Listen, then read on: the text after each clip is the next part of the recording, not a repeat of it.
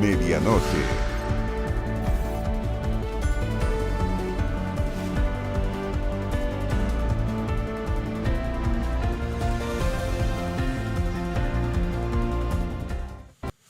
En estos momentos el presidente Gabriel Boric está comenzando su segundo día de gira internacional en Tailandia y también será su debut como mandatario en la primera jornada del Foro de Cooperación Económica Asia-Pacífico.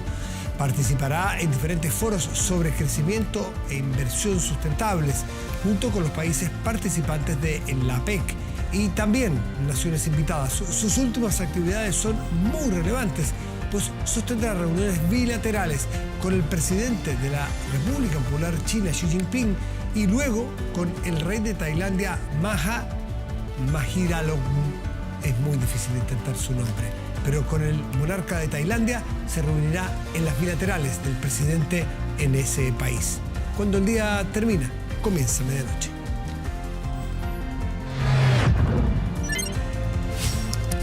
Medianoche. Y nos acompaña el presidente del partido Convergencia Social, Diego Ibáñez, que es diputado que estuvo anoche hasta las horas tantas, que viene de una conversación, porque sabíamos, lo leímos en todas partes, que hoy día viene una conversación del socialismo democrático y de Aprodignidad para la propuesta constituyente, pero he tratado de que me diga cosas, pero no dice, porque está comprometido al silencio hasta mañana cuando se lo presenten a la oposición. Diego, buenas noches, gracias por estar aquí. Buenas noches, Matías, gracias por la invitación. Cualquier cosa que logremos sacarle después, yo se lo voy a comunicar a usted, pero ha sido imposible este rato.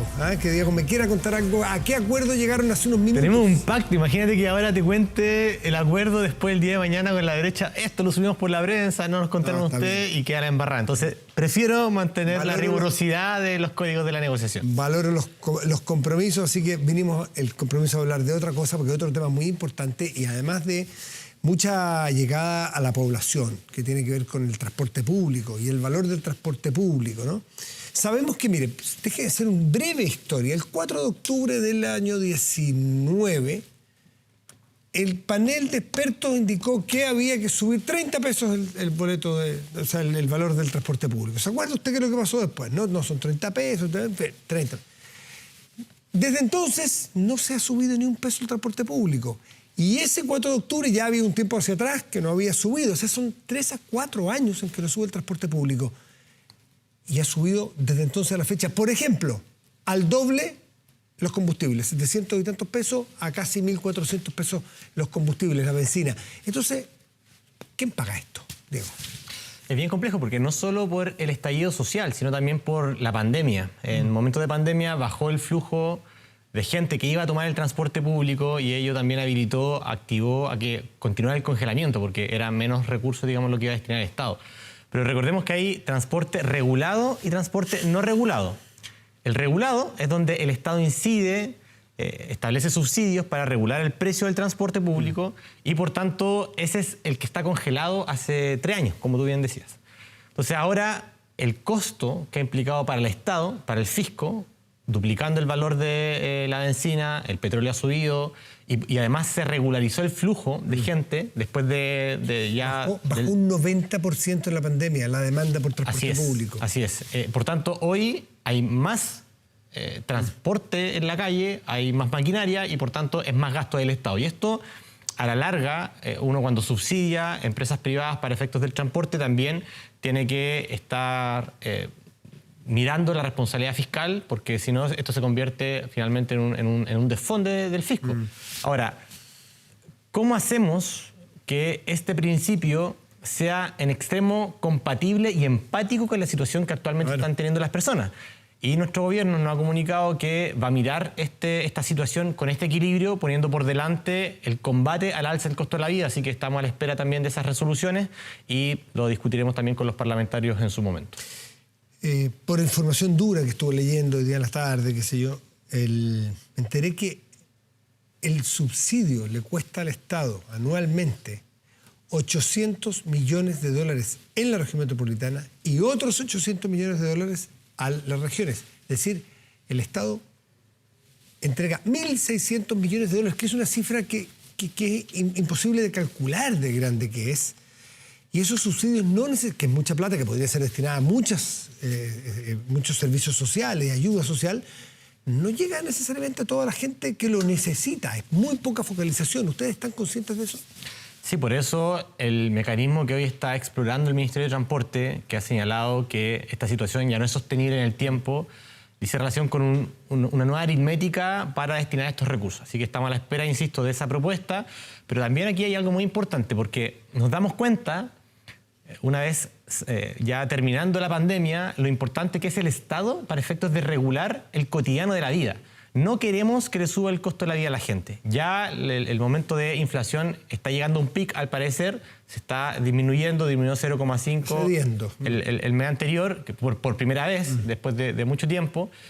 Y bueno, queremos ser empáticos también con la situación y al mismo tiempo responsables fiscalmente. Y eso implica, a propósito del debate de la reforma tributaria, que tengamos modificaciones tributarias, porque el Estado necesita plata para invertir en innovación y conocimiento, para proyectar el crecimiento de una manera más virtuosa, con valor agregado en los productos locales, y reforma tributaria también para destinar a derechos sociales. Dentro de ello, tratar de resguardar también el costo del transporte. Es parte de la ecuación. Yo no separo los debates. Sí, el presidente de la República hoy desde Tailandia, o sea, tiene que estar tan preocupado por el tema que desde Tailandia, en vez de APEC, o sea, obviamente está la APEC, pero uno puede suponer que está modo APEC total y modo bilaterales, Xi Jinping, Trudeau.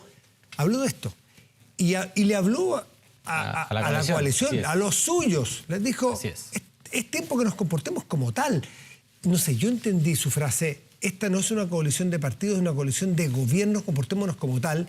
Es un llamado de atención duro por decir, oigan, muchachos, somos gobierno. Tenemos que ser responsables fiscalmente. Esto no es un juego. Así lo leí yo. ¿Cómo lo leyeron ustedes? Sí, no. Y de hecho, esas mismas palabras también ocupó ayer el ministro Mario Marcel a propósito de las partidas presupuestarias que se rechazaron por parte de la derecha, a propósito de la reforma tributaria que viene también condicionando el gasto público para efectos de aumentar la pensión, porque si no terminamos... A ver, hay una frase que siempre le gusta a la derecha ocupar, que es terminamos como Argentina. Vale, la concedo. No terminemos como Argentina, por tanto, y seamos responsables fiscalmente. Pero para ello necesitamos voluntad política para avanzar en la reforma tributaria. Porque si es que vamos a quedar con los mismos niveles de desigualdad y de acumulación de capital y con un crecimiento más encima estancado, porque la reforma tributaria, convengamos que también promueve el crecimiento destinando ciertos márgenes de porcentaje de lo recaudado a innovación, a conocimiento, para promover economías locales. La presidenta del Banco Central está de acuerdo, dijo que afectaba el crecimiento. Ahí hay una discusión. Hay una discusión, al menos todos los elementos de las recomendaciones de la OECD que felicitan la reforma tributaria nos sugieren que estamos en buen camino. Podemos discutir eso, para ello está el Congreso, para ello están los distintos expertos y expertas. Lo importante es que aquí, desde el cónclave en adelante, me da la impresión de que hemos tenido una bonita conversación con nuestros socios de coalición con Socialismo Democrático, tan bonito que hoy pasamos a conformar una coalición única de gobierno. Y esa coalición única de gobierno, además de hacer todo este trabajo de construir consenso en un Congreso donde tenemos minoría, está empujando el proceso constituyente, está hoy hablando sobre combatir el alza del costo de la vida, y claro, el presidente con mucha razón nos llama a justamente ser coherentes con esta alianza y a mirar esto en perspectiva. El alza del costo del transporte también está dentro de esta ecuación que tenemos que intentar combatir manteniendo los equilibrios fiscales. ¿Cómo lo tomaron dentro? Porque una cosa es ser presidente del partido del presidente Boric, que ya es una responsabilidad distinta. Ser presidente del partido del presidente de la República en una coalición es un rol que a veces requiere distintas responsabilidades que ser un mero diputado, por ejemplo, por mucho respeto que me merezcan los diputados. Uno tiene menos libertad. ¿Cómo se lo tomaron el resto de los compañeros en la Cámara y en los partidos en general? Sí, mira, te confieso que yo no tengo familia política, no vengo de la política tradicional. Nos conocimos con el presidente y con nuestro movimiento Convergencia Social en lo que fueron las movilizaciones estudiantiles. Naturalmente llegamos desde ese mundo, digamos. Y hoy, siendo presidente de un partido, me ha tocado conocer otras experiencias, otras trayectorias de gente que ya había gobernado antes. Y fíjate que me ha gustado bastante. Creo que mutuamente en esa conversación nos escuchamos, crecemos, vemos puntos de vista que son distintos. Y cuando en el cónclave podemos lograr lo que no es una cuestión semántica, la unidad de la coalición hoy se está poniendo en práctica. Estamos teniendo una orgánica, una vocería única que en este momento cae en la presidenta del Partido Socialista, va a rotar probablemente la próxima semana. Tenemos trabajo legislativo mancomunado y son distintas visiones, matices naturalmente, que están encima de la mesa, que se ponen de acuerdo porque tienen un propósito común. Y ese propósito común es cumplir con el programa de gobierno, pese a que tengamos una minoría parlamentaria. Y, como tenemos minoría, construir naturalmente los puentes. Y, a mi juicio, el rol que me compete a mí es que esos puentes jamás se dinamiten. Y beneficiar siempre el diálogo y el acuerdo, porque cuando justamente no hay diálogo y no hay acuerdo, en buen chileno el que jode el pueblo. Y nuestra fisionomía política, que viene de un tronco socialista, dice relación con llegar a esos acuerdos para beneficiar al pueblo chileno. Y ese es el trabajo que al menos también, insisto, hemos conversado con nuestro presidente como coalición y que nos ha encomendado. El contrario de beneficiar es perjudicar. Se lo planteo así, diputado, porque ¿qué perjudica más a la población trabajadora, a la gente, al pueblo chileno que usa el transporte público? ¿Le perjudica más en el mediano y largo plazo un endeudamiento y un desequilibrio fiscal que puede redundar, sabemos que, por ejemplo, en inflación, ¿no es cierto? Que sabemos lo dura que es porque la estamos sufriendo, o un alza en el corto plazo, acotada y gradual, del transporte público? Es mucho más notorio y mucho más fácil de entender lo duro que son 10 pesos, 20 pesos, 30 pesos. A lo mejor ahora también es duro entender los efectos de la inflación. Entonces, qué difícil es hacer esa ecuación o ese equilibrio. Bueno, es el ejercicio de gobernar. Claro, eso dijo el presidente. De eso se trata, gobernar, ¿eh? Así es, de establecer prioridades. Y yo creo que el pueblo chileno reconoce que en 4 años no vamos a lograr las transformaciones estructurales para que la vida sea más liviana. Y creo que es responsable señalarlo. No por ello vamos a cercenar, a recortar nuestro horizonte de transformación y nuestras expectativas.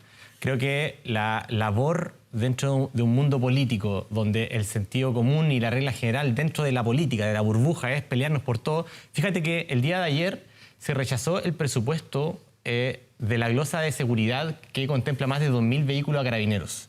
Se rechazó el presupuesto del Museo de la Memoria. O sea, naturalmente son acuerdos que parecen ser sentido común de que deben ser aprobados, pero fueron rechazados. Ahora, yo entiendo el juego, pero creo que... Entienden porque ustedes hicieron lo mismo Piñera. Claro, pero... El entonces diputado Jackson, el entonces diputado Monsalve, la entonces diputada Vallejo, también, ¿se acuerdan? Rechazaron la partida para Carabineros, en fin, se rechazaron... Claro. Y esto es un juego de la oposición. Es parte de los roles que nos toca asumir siendo oficialismo o oposición. El punto es que en el contenido de la decisión política tú tienes que tener algún tipo de racionalidad. Y creo que hoy no nos podemos dar el gusto de rechazar la partida de seguridad cuando tenemos allá afuera la primera prioridad de la ciudadanía es justamente combatir el crimen organizado. Son miles de millones de pesos que se han rechazado y que, bueno, se van a reponer al Senado y esperemos que así también la derecha lo atienda. Pero eso a propósito de lo difícil que es gobernar. Porque establecer prioridades y establecer una hoja de ruta clara que dé garantías y certezas de que las transformaciones van a ser con calma, con gradualidad, con acuerdo, es justamente lo que hoy no... Eso ha sido, Diego, parte de el darse cuenta que ustedes también rechazaron partidas completas que eran improcedente rechazarlas porque había que tener presupuesto para Carabineros, ¿no es cierto? Y que diputados que hoy día son ministros lo hicieron. Es parte del aprendizaje de política. ¿Cómo ha sido ese aprendizaje? Ahora, ojo que ese rechazo que señalas de las partidas de Carabineros... que se me va en este momento, pero hay otro que también rechazaron, que también... Por eso yo digo que hay que revisar también el contenido de esa decisión. Lo que nosotros habíamos puesto encima de la mesa era cumplir con recomendaciones de órganos internacionales a propósito de los 400 casos de mutilación ocular. Y creo que eso también implica un nivel de empatía de quien toma la decisión. Sí, siempre yo creo que es parte también del debate político, pero también aquí hay una dimensión ética de los contenidos de las decisiones. Y aquí no quiero establecer una frontera entre los buenos y los malos. Simplemente un principio de democracia sustantiva de que termina siendo hacia afuera lo que permite mejorarle la vida a ese pueblo que está esperando que nosotros nos pongamos de acuerdo para tomar buenas decisiones. Entonces, también hay un contenido respecto de la voluntad política de rechazar o aprobar, que creo que también debe ser juzgado públicamente y es importante que lo expresemos. ¿Cómo ven ustedes que se comporta la oposición? Porque el otro día la ministra Uriarte dice que ella ve un espíritu mayoritariamente colaborativo de la oposición, no obstruccionista. ¿Lo compartes desde el hemiciclo? Yo lo comparto, pero creo que espero que anoche haya sido un momento muy excepcional de ese ánimo que yo comparto. Porque nos amenazaron con acusaciones constitucionales. ¿Cuántas hicieron ustedes a Piñera? Claro. Y a los ministros de Piñera. Esto no es para empate. No, sí entiendo, es pero... para... Claro, pero... Es el problema de la política global. Pero era producto de un proceso de estallido social que yo insisto, aquí hay que medir el contenido de la decisión. Cuando tú estás proponiendo una acusación constitucional por el hecho de que la PGU implique responsabilidad fiscal, o sea, estás acusando a alguien por ser responsable fiscalmente. Ese es un elemento. Un segundo elemento, censura a la mesa recién electa de la Cámara de Diputados y Diputadas, al diputado Vlado Milosevic. Lo censuran porque hizo cumplir el reglamento. Entonces, finalmente parece que el que cumple la ley termina siendo acusado cuando justamente de lo que se trata estar en el servicio público es cumplir la ley, hacer cumplir el reglamento y por otro lado ser responsable fiscalmente. Entonces, yo también pondero el contenido de las decisiones. Sí, por cierto que nosotros cuando éramos oposición al expresidente Sebastián Piñera, acusamos constitucionalmente al exministro Chadwick. Fueron 6 o 7 acusaciones en general. No recuerdo. Entre el ministro y el presidente. En el momento de estallido social fueron como 4 acusaciones constitucionales a propósito del momento de violencia que se vivía en esa circunstancia.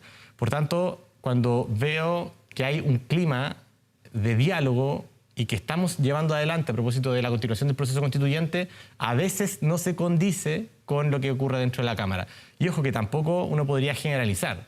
Hay bancadas que son bastante violentas como se refieren a la gente que piensa distinto a ti o que incluso tiene una identidad sexual distinta a ti, como por ejemplo el Partido Republicano, que le falta el respeto cotidianamente, que incluso ha entrado con golpes a dar una conversación, un debate. No hay conversación con golpes, eso se convierte directamente en y no solo golpes físicos, entonces, no golpes físicos. Violencia verbal. El otro día escuché a un diputado del Partido Republicano hablando, me parece que el Museo de la Inmemoria, algo así. Yo no sé si ese diputado ha ido y ha visto la evidencia, y si conoce la evidencia de la violación de los derechos humanos, que están documentadas, que hay juicios, que hay condenas. Entonces, claro, ahí se ejerce una violencia que es bien compleja y que termina siendo violencia simbólica que lo que genera es que los que están al frente y que han sido sus familiares, sus parejas, sus padres detenidos, desaparecidos. Claro. El caso de la diputada Pizarro, de la diputada Hertz, así es, que han sido víctimas directas. Que genera una reacción y uno podría decir, anda, no reacciones así porque se están negando el cómo tu padre fue desaparecido y torturado. No. O sea, yo no sé a quién moralmente se le podría pedir algún tipo de comportamiento cuando te están ofendiendo a tu padre que es detenido y desaparecido. Yo creo que eso aquí en la Quebrada del Ají es inmoral y por eso también estamos proponiendo, junto al diputado Milosevic, que haya una sanción del 100% de la dieta y yo le agregaría mandato revocatorio, que existe en otros países. Tú puedes juntar firmas para hacer que un parlamentario deje su cargo y corre la lista o que las acusaciones constitucionales finalmente operen también dentro del propio Congreso como mecanismos de resguardo del buen comportamiento, con cláusulas específicas, con tipos establecidos, eso podemos realizarlo. Pero en Chile no existe mandato revocatorio. Y creo que es importante también avanzar. Diego Ibáñez, no me vas a decir el contenido porque ya fue imposible conseguirlo fuera de cámara. ¿A qué horas presentan mañana el acuerdo constitucional al cual llegaron hace un rato en el oficialismo? ¿Se lo van a presentar a la derecha o a la oposición? Sí. Mañana a las 10 de la mañana en el ex Congreso en Santiago presentamos lo que es ya nuestra propuesta de mecanismos. Es importante señalar que este proceso no está siendo igual que el anterior, que mantiene un principio de la democracia, pero a propósito de quienes nos señalan al frente que nosotros queremos repetir y bla, bla, bla, no. Aquí hay 12 bordes institucionales que ya están resguardados, donde está el Estado Social y Democrático de Derecho, donde está el derecho a la propiedad, el derecho a la vida, donde tenemos, por ejemplo, el respeto a los derechos fundamentales, la progresividad de los derechos sociales, están dentro de los 12 principios que hemos zanjado en estas conversaciones. Luego viene, ¿quién hace que esos principios no se transgredan? Árbitros de esos bordes. Exacto, le colocamos Comité Técnico de Admisibilidad, que son 14 expertos y expertas juristas de destacada trayectoria académica, paritario, hombres y mujeres en igual número, que van a velar porque estos bordes se cumplan. Perfecto. Entonces tenemos ahí un órgano de expertos. Luego, estamos ya en la última etapa donde queremos definir cuál va a ser la fisionomía del órgano democrático. Creemos que tiene que ser paritario, que tienen que haber escaños para pueblos indígenas en una proporción que podemos discutir y que tiene que haber una elección de por medio. Creemos que la ciudadanía tiene que referirse ¿Para el 100% de los nuevos convencionales? Para el 100% de los nuevos convencionales. Porque está por definirse el número. La derecha propuso 50. Que no sean 155, que sean 100 y más. Ustedes dicen 100, la derecha dice 50. Así es. Yo he puesto con que van a ser más o menos 75, todos elegidos. Pero mañana lo vamos a ver cuando ustedes lo presenten. Mañana lo vamos a revisar, así que estamos trabajando arduamente por darle continuidad y que la gente cumpla con el anhelo de tener una nueva constitución que resguarde sus derechos sociales. Muchas gracias, Diego Ibáñez, por estar aquí esta noche. Gracias, Matías. Muy bien. Muy bien. Pausa y volvemos. Espérenos. Estamos de vuelta. De inmediato revisamos las informaciones más destacadas del día con Marco Fleming. Hola Matías, hola a todos en sus casas. Vamos con este resumen informativo aquí en Medianoche. Luego de casi 22 horas de un duro debate, la ley de presupuesto ya está finalmente en el Senado. La Cámara de Diputadas y Diputados cumplió con el despacho en una extensa sesión que se desarrolló hasta las 8 de la mañana de este jueves. La polémica involucró al Instituto Nacional de Derechos Humanos, un organismo que por ahora se quedó sin recursos. No hay otra manera de describirlo. Perdón, está sonando mi despertador. La alarma de las 8 de la mañana del ministro Marcel fue reflejo de una noche intensa y extensa. Muy bien. Coincidencia o no, el sonido para despertar se convirtió en el que finalmente marcó el término de una maratónica jornada en la Cámara de Diputados. Tensa sesión, 21 horas y 43 minutos de debate, de aprobación y despacho hacia el Senado de la primera ley de presupuesto del gobierno de Gabriel Boric. Estamos satisfechos por el trabajo que se ha hecho. Por supuesto, hay algunos temas que vamos a tener que corregir en lo que resta de la tramitación del proyecto. Correcciones necesarias porque la jornada sumó varias polémicas y la del Instituto Nacional de Derechos Humanos fue una de ellas. Si en algún momento de la noche hubo bostezos, estos no fueron parte de una polémica votación que terminó con el rechazo de la oposición a los recursos destinados al organismo.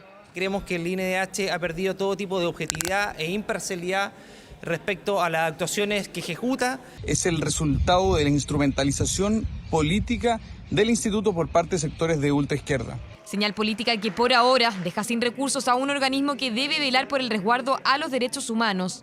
Casi 15.000 millones de pesos destinados a su financiamiento, una acción que refleja la molestia de un sector político que se arrastra desde el estallido social, celebrada en redes sociales por miembros del Partido Republicano y criticada por la institución. Un golpe muy duro para la democracia. Y avanzan entonces ideas negacionistas de que en el país no ocurren violaciones a derechos humanos, lo que es muy grave para la democracia y su fortalecimiento. Ataques a la institución, dicen, que fue acompañado por el rechazo al programa de patrimonio cultural, dineros destinados a organizaciones como el Museo de la Memoria y fundaciones como la de Salvador Allende y la Fundación Frey. Desde la DC, cuyos votos fueron claves, reconocieron un error. Se había solicitado una votación por separado y eso indujo a error a varios parlamentarios de la bancada de la Democracia Cristiana. Fue una confusión y obviamente esperamos que haya un cambio en esa partida en el Senado. El tradicional consomé en horas de la madrugada corría para calmar las energías que se habían desbordado por la polémica de este martes. Me lo agregas a mi cuenta. El rechazo a la partida del presupuesto de Interior, cuyos montos iban destinados a las policías y a la Fiscalía, y habían obligado a una sentencia de la vicepresidenta. Ayer en la noche las bandas de crimen organizado estaban celebrando. La Secretaría General de Gobierno, liderada por Camila Vallejo, también recibió el rechazo a recursos destinados a personal y asesorías. Negativa de una Cámara cuyos miembros explicitaban los efectos de una extensa jornada. Necesitamos dormir. El reloj avanzaba, las páginas también. Ha aprobado el financiamiento para el Plan Buen Vivir. Buenas noticias para el gobierno que antes había manifestado su disconformidad por el intento de Chile Vamos de elevar la pensión garantizada universal a 250.000 pesos. Silencio, por favor. Que las pifias hay que acallarlas. Llamado al orden del nuevo presidente de la Cámara, que se ha enfrentado a la oposición, que lo ha amenazado con una eventual censura. Un poco de brillo, arreglar el corbatín para continuar con las votaciones. Ahora, en el Senado, el gobierno iniciará la tarea de reponer los recursos rechazados en la Cámara por ser insuficientes en algunos ítems, como acusó la oposición. Uno es en materia de seguridad. Quedó al debe. Segundo, en materia de salud, quedó al debe. Yo espero que el Senado prime una lógica de responsabilidad y por tanto que pensemos en lo que es bueno para el país. Lamento que muchas veces el debate respecto a la ley de presupuestos se haya llevado adelante bajo una lógica partisana. Presupuesto 2023 que será analizado por la Cámara Alta a partir del próximo martes, en donde se espera que no se repitan estas imágenes luego que la corporación descartara sesionar durante la noche. Ponga atención a la siguiente frase: el congelamiento de las tarifas no es sostenible en el tiempo. Lo dijo en Tailandia el presidente Gabriel Boric a propósito del alza que se espera en la tarifa del transporte público. Eso sí, no sería la única mala noticia para los bolsillos, mire. Todo caro, todo ha subido, imagínense más el transporte y más encima de mala calidad. Es demasiado lo que están cobrando en todo caso, demasiado. O sea que suba menos por último, porque después viene el alza del TAC, que es normalmente todos los primeros de enero. Es una nueva presión para el bolsillo de los chilenos. Es que a las alzas de los alimentos y los combustibles, todo indica que se sumará un aumento en el precio del transporte. Los peajes, el metro y red deben reajustar sus tarifas en los próximos meses, tema que por supuesto inquieta a los usuarios. Claro que afecta el bolsillo porque por cualquier persona que trabaja todos los días significa un gasto todos los días, todas las semanas. Ahora es importante que la gente no se salte los pasajes, porque al final todos vamos a pagar el costo también. Veo mucha gente que sube sin pagar pasaje, mucha. 700 pesos cuesta el boleto de red y 720 pesos en promedio el metro. Lo que ha dicho el gobierno es que esta alza sería de entre $1 y la variación del IPC, es decir, podría llegar a los 75 pesos. La cifra no ha sido confirmada, pero ya tensiona al oficialismo. Por ello, desde Tailandia, el presidente Boric hizo un llamado al orden a prueba de dignidad ante las voces que piden congelar las tarifas nuevamente. Sabemos que el congelamiento de tarifas por más de 3 años consecutivos no es sostenible en el tiempo. Por lo tanto, tenemos que llegar a un equilibrio en función también de cómo esté la economía y cómo esté la situación de las familias que más lo necesitan. Tengo confianza en que el gobierno va a adoptar la mejor decisión y que va a considerar el impacto que tiene el transporte en el bolsillo de los chilenos en este momento de alta inflación. Desde enero del 2019 que nos sube el precio del transporte público, pero factores como el dólar, los repuestos y los combustibles tensionan fuertemente la tarifa. Lo mismo ocurre con el TAC y los peajes, que por ley se reajustan todos los años en función del IPC. Este año el costo de la vida ha subido más de un 10% y las concesionarias han ratificado que el alza es ineludible.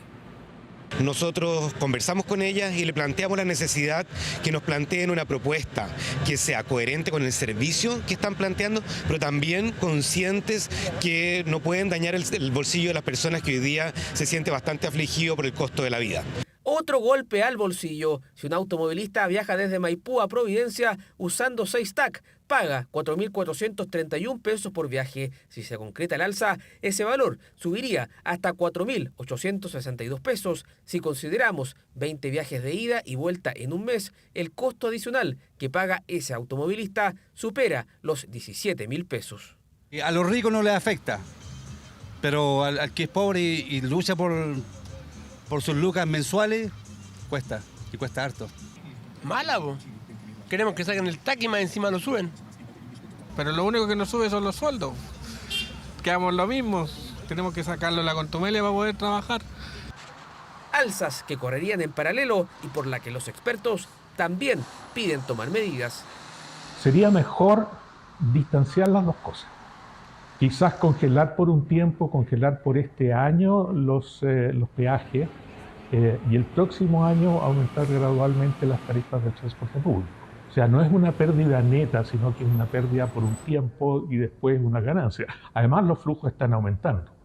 Alzas en el transporte público y los peajes que se concretarían en cosa de semanas. Sin embargo, el gobierno afina las negociaciones para intentar atenuar el impacto en los bolsillos. Y el presidente Gabriel Boric está en estos momentos reunido con varios líderes mundiales que participan en el foro APEC. ¿Qué actividades va a realizar el mandatario durante esta jornada en este foro. Vamos a tomar contacto con Marian Basso, que está en Bangkok siguiendo la gira del presidente. Marian, ¿cómo estás? No te voy a decir ni buenos días, buenas noches, buenas tardes, porque ya tuvimos un chascarro la semana pasada al respecto. Aparte, allá es de día, aquí es de noche. ¿Cómo estás? Hola, Marian. Sí, hola, ¿cómo están todos allá? Sí, acá son 10 horas más, son las 12 de la tarde con 30 minutos y varias actividades han sucedido, pero les vamos a mostrar un poco dónde estamos nosotros, que este es el centro de prensa de todos los medios de comunicación, donde están trabajando todos los periodistas para poder llevar la información de esta APEC en Bangkok, Tailandia, y los vemos trabajando. Vamos a mostrar un poco las imágenes de Claudia Rojas, por ejemplo. Ahí hay una pantalla grande donde están los líderes mundiales realizando estos diálogos, estos retiros, como se llaman. Ahora, esto es privado. Lo que hacen es mostrar finalmente a todos los medios lo que está sucediendo ahí para poder relatarlo, y posteriormente ellos entregan unas conclusiones de lo que sucede. Y vemos que está lleno de periodistas. Es muy grande este lugar. Este se llama el Centro Nacional de Convenciones Reina Sirikit, y acá están todos los medios de todos los países trabajando para llevar todas las noticias. Hay insumos, está todo listo. Mira, Clau, mostremos esto para que efectivamente vean que está todo dispuesto. Estos computadores son especiales, por ejemplo, para poder imprimir si es que se necesita algo. Acá están dispuestos los lápices, los destacadores, post-it, todo lo que se necesite para poder realizar la labor de los medios de prensa, porque hay que decirlo, nosotros trabajamos probablemente casi toda la jornada, son horarios muy extensos los de la APEC, que hay actividades desde muy temprano hasta muy tarde durante la noche, y por ende, claro, hay que estar acá todo el día trabajando, así que acá se entregan todas las condiciones en cuanto a conectividad, energía, insumos para poder llevar entonces la información hasta todos ustedes. Y también les vamos a mostrar lo que sucede allá, porque efectivamente la sede de estos encuentros y foros internacionales no solamente son para albergar cada uno de estos encuentros, sino también una forma de mostrar al mundo las distintas propuestas que tienen respecto de sus productos nacionales para poder venderlos en distintas partes del mundo. Y por eso vemos, por ejemplo, que hay distintos stands. Hay stand de Google, de TikTok, de otras marcas nacionales de acá de Tailandia, de marcas sostenibles, por ejemplo, que vienen a mostrarse para entonces poder darse a conocer y lograr distintos adeptos alrededor del mundo. Ahí vemos también, por ejemplo, no sé si lo alcanzamos a ver, vamos a acercarnos, que hay un stand que es de robot que se usan para el cuidado médico. Estos robots están diseñados específicamente para eso, para, por ejemplo, tomar la presión, para poder ayudar a las personas adultas mayores, y son creaciones propias de este país que se van a conocer también en esta instancia, porque esto, no lo olvidemos, es un foro económico de las 21 economías presentes en la APEC, así que claramente es una instancia para dar a conocer cuáles son las virtudes de las economías que están presentes y cómo buscan darse a conocer y poder impulsar este desarrollo. Por eso hay varias marcas. Esta se llama el área de exhibición, donde dan a conocer los distintos productos. Pero volvamos a lo que nos convoca, que es la agenda que estábamos hablando del presidente de la República, Gabriel Boric, que hoy día tempranito llegó hasta acá, hasta donde estamos en el centro de convenciones, para reunirse con todos los líderes mundiales pertenecientes a esta instancia. Y el primer saludo que tuvo el presidente fue con el presidente de China, Xi Jinping, quien además va a tener una reunión con el presidente Gabriel Boric durante las próximas horas. Es probablemente una de las reuniones más importantes en esta gira del presidente de la República a Bangkok, Tailandia, porque además China es el principal socio comercial de nuestro país, y por eso lo que decía el presidente Gabriel Boric hace algunas jornadas, que se va a buscar afianzar este lazo comercial que se tiene ya hace bastante tiempo con ese país, para entonces lograr nuevos tratados, poder fortalecer esas relaciones. Y también vamos a ver si es que de esa reunión sale alguna visita oficial del presidente de la República a ese país, y posteriormente a esa reunión también va a haber otra cita privada con el rey de Tailandia, que es parte de la agenda de esta jornada del presidente Gabriel Boric. Ahí vemos también, por ejemplo, los equipos de televisión, hay set especiales para ello, para que se puedan realizar las entrevistas. Acá, por ejemplo, pueden venir los embajadores. Vamos a ver si en un ratito más también estamos con el embajador de Chile en Tailandia, y hay espacios específicamente destinados para que se desarrolle toda la labor informativa. Hay medios, allá atrás vemos una suerte de sala improvisada donde tiene este pendón gigante donde está la APEC 2022 Tailandia, y ahí hay puntos de prensa que se pueden solicitar. También vemos un periodista de otro medio de comunicación de otro país también realizando sus despachos en vivo, tal como lo estamos haciendo nosotros para poder informar sobre las distintas actividades. Y lo decíamos hace algunas horas, ya el presidente de la República tuvo varias actividades acá en Bangkok, en una universidad, con estudiantes, también tuvo reuniones bilaterales con el primer ministro de Japón y con el primer ministro de Canadá, y ahí hubo algo muy importante, porque también esta visita del presidente de la República con la canciller Antonia Urrejola y también con el subsecretario de Relaciones Económicas Internacionales, José Miguel Ahumada, lo que buscaba era conversar respecto de las side letters por el TPP-11. Era un tema que está en la agenda de las autoridades para este viaje, ¿no es cierto? Y la verdad es que le preguntamos el día de ayer a las autoridades sobre cómo había funcionado estas conversaciones sobre las side letters en estas reuniones bilaterales que se sostuvo. El presidente de la República y también la canciller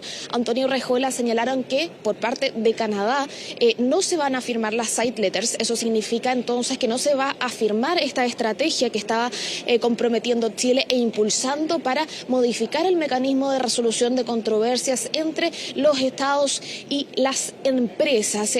Fue una de las noticias entonces que tuvimos en las últimas horas respecto de esta estrategia de Chile sobre las side letters, aunque lo dijo el presidente de la República, ya lo había adelantado, se va a depositar este tratado antes de fin de año. Vamos a ver también cómo siguen estas conversaciones durante esta jornada con el resto de los países que forman parte de la APEC y que también entonces tienen reuniones con las distintas autoridades chilenas. Acá la actividad es constante, todo el día van y vienen los medios de comunicación, las delegaciones de cada uno entonces de los medios que están cubriendo las actividades de los líderes, que en este año tuvo como invitados a Arabia Saudita, a Camboya, a Francia. De hecho, hace algunos minutos veíamos en estas pantallas que les mostrábamos al presidente francés Emmanuel Macron dando a conocer también su discurso frente a los líderes mundiales. Y también es importante lo que señalaba el presidente Gabriel Boric el día de ayer, porque lo que hace frente a estas economías, a los empresarios de estos 21 países, es invitarlos a invertir a Chile. Señalaba y lo decía muy claro, Chile no es un país perfecto, enfrentamos ciertas dificultades, lo que pasó con la pandemia, la crisis económica actualmente, pero hay que invertir, y llamó también a los empresarios a finalmente ser parte de esta estrategia público-privada, pese a que hay dudas muchas respecto de las reformas que se están impulsando, pero dijo el presidente Gabriel Boric que son necesarias para poder redistribuir de mejor forma la riqueza. Es parte entonces de lo que ha dicho el presidente durante estos encuentros con los empresarios, señalando también lo que pasó en nuestro país con el plebiscito por la nueva constitución, señalando que Chile busca cambios con estabilidad. Esa es una frase que ya ha reiterado en distintas ocasiones, llamando entonces a la inversión en nuestro país, que es parte fundamental de la agenda del presidente durante este viaje. Un viaje que se va a extender hasta el día de mañana, 3 días solamente.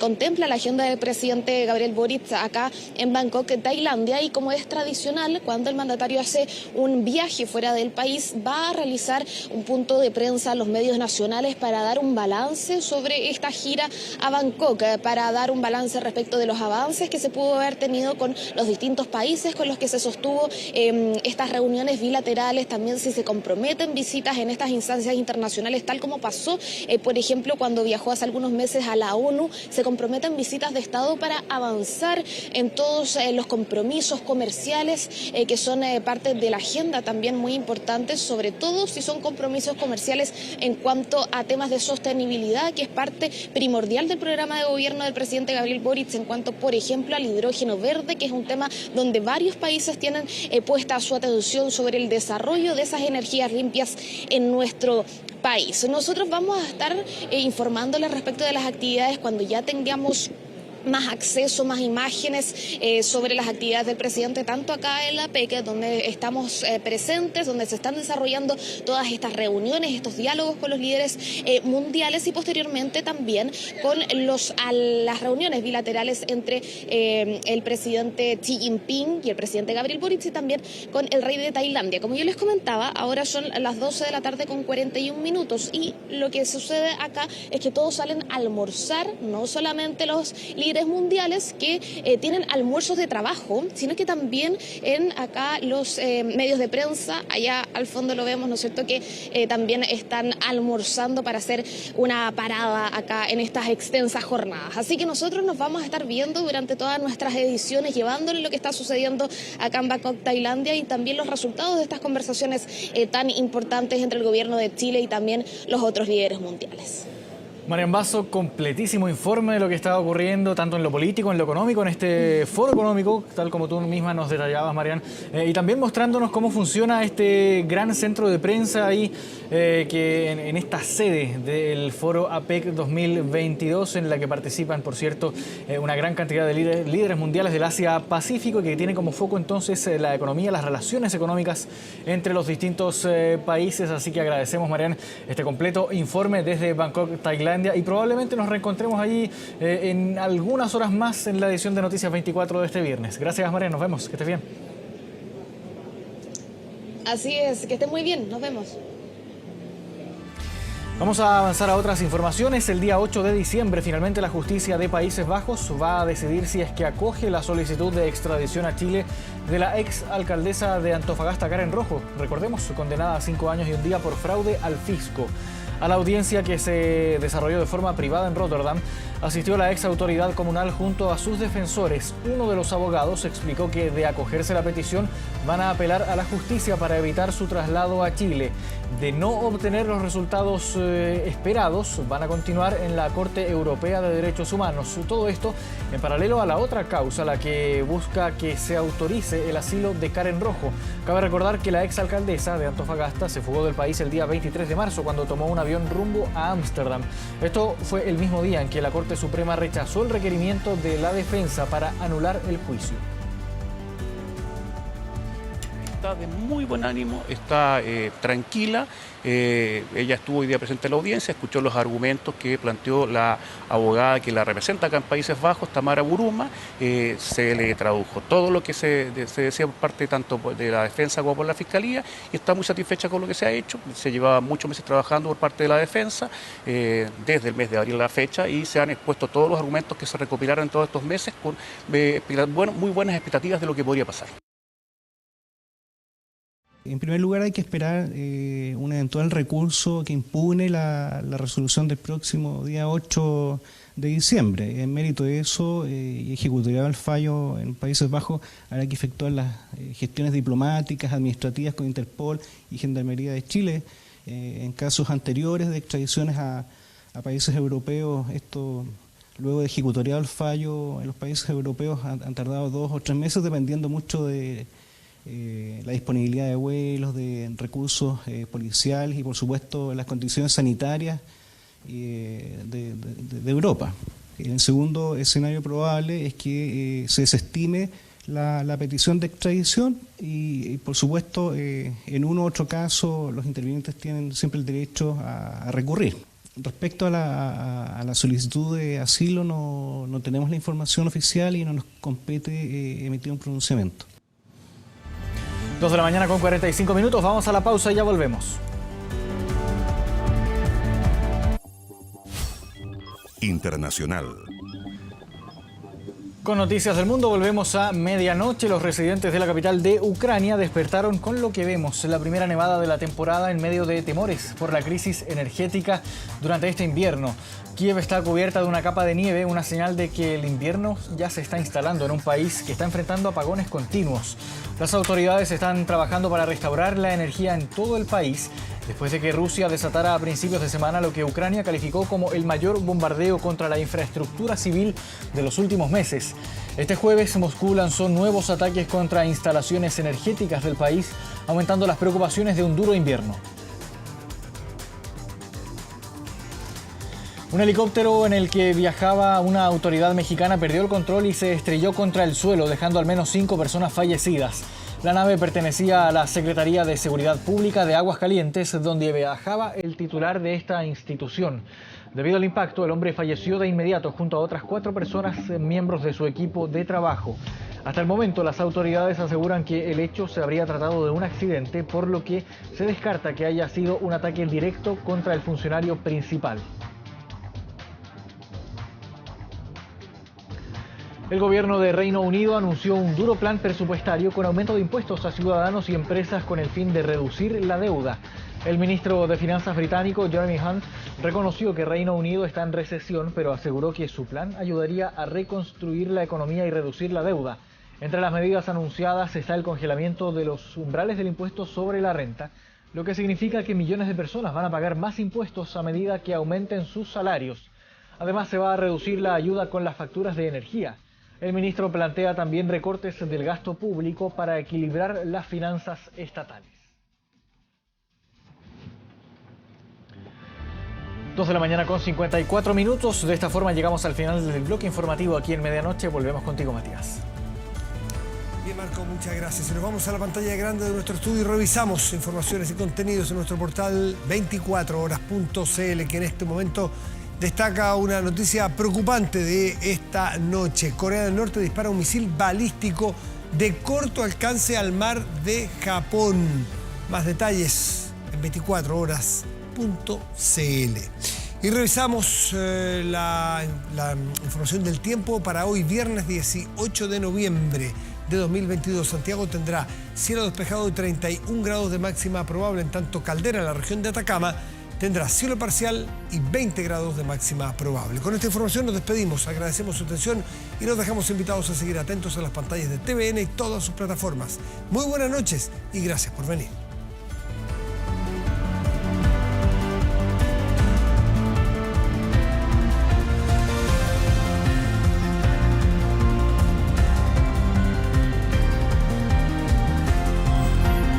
Presentado Medianoche.